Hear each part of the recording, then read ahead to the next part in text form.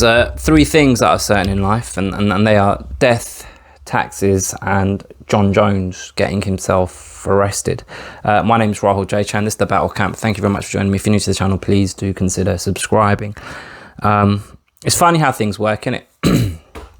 It's funny because on Friday night, John Jones, it seems, was having the time of his life at the UFC Hall of Fame ceremony where he got inducted for his fight with Alexander Gustafsson. And I watched the scrum that he did with members of the media for where he spoke for about 10-15 minutes quite passionately about this training regime that he was in the midst of, getting ready to move up to the heavyweight division, talking about how he needs to add another 10-15 pounds of weight because he doesn't want to be physically bullied by his opponents when he fights at in the higher weight class.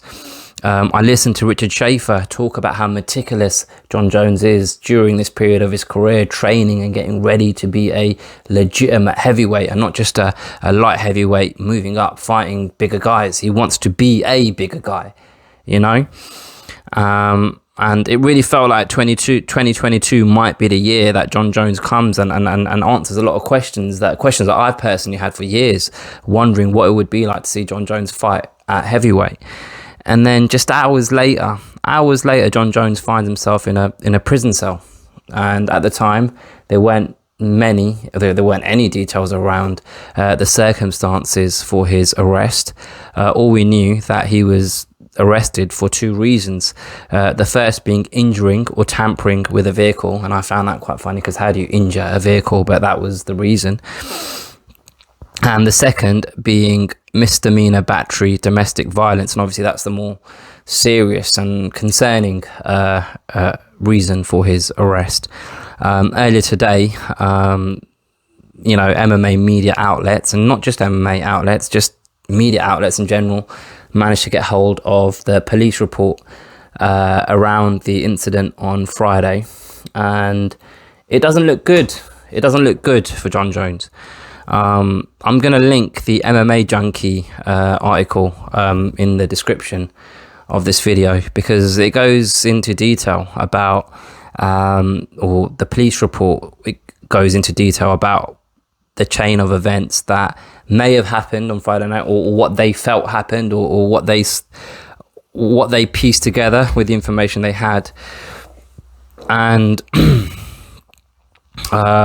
it's just a sorry state of affairs at this point with John Jones, because a couple of things that I've seen in this article, especially talking about John Jones's fiance having a bloody nose and being scared and having to take refuge in the Caesar Palace security room, and her children being scared, or their children, actually John Jones's children as well, obviously.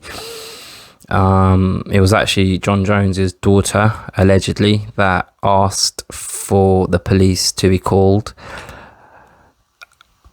once in the security room.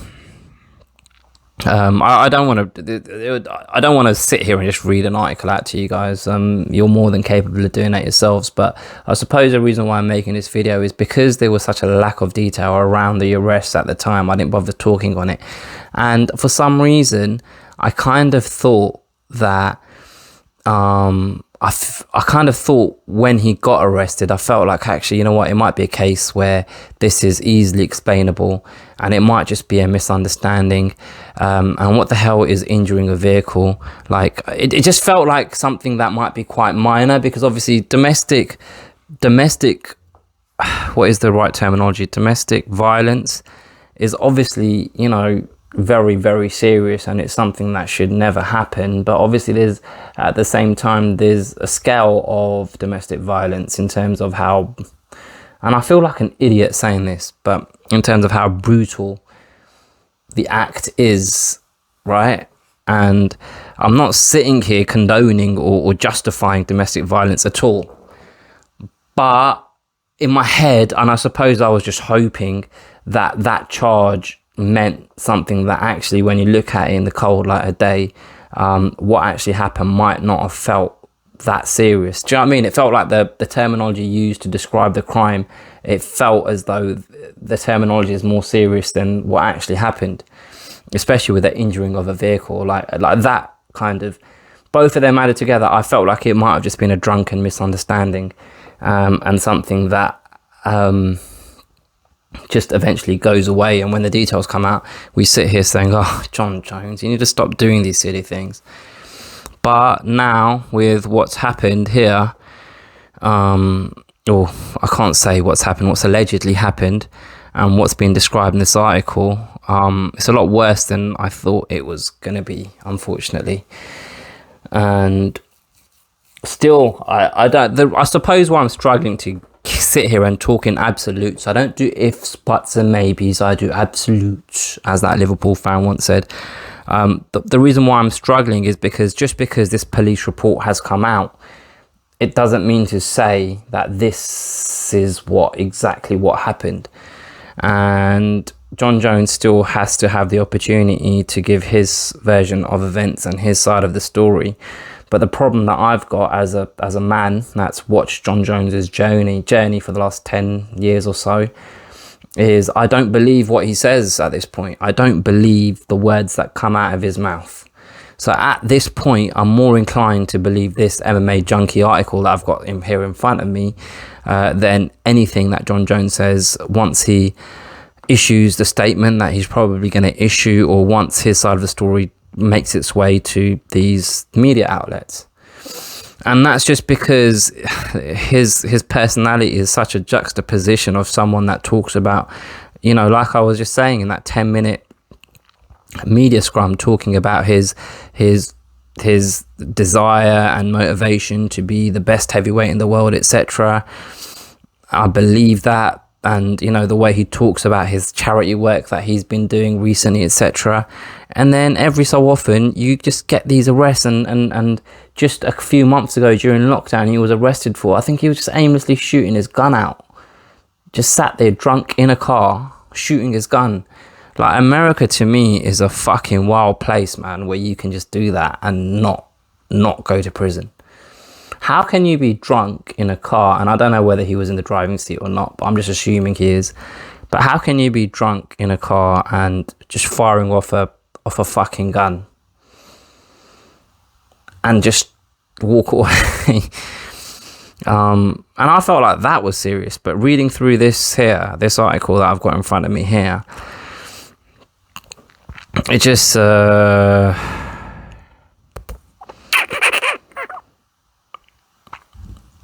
I don't know, man.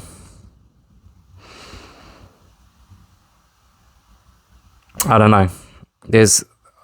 I suppose, you know, there's more to come from all of this stuff, but at the moment, it's a crying shame of a man that still has, I suppose, the potential to be just undeniably the best fighter that ever did it.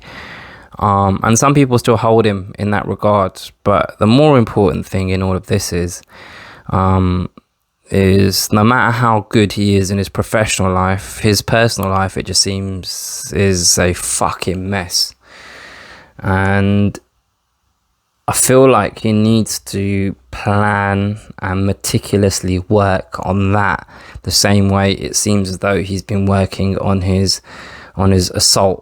And assault is the wrong word to use given what I've just discussed, but he needs to basically the meticulous manner in which he's planning and training, as Schaefer says and Jon Jones says himself, to be a force in the heavyweight division. It feels like he needs to put that much effort and energy into his personal life, because it just feels like things are just unraveling, man.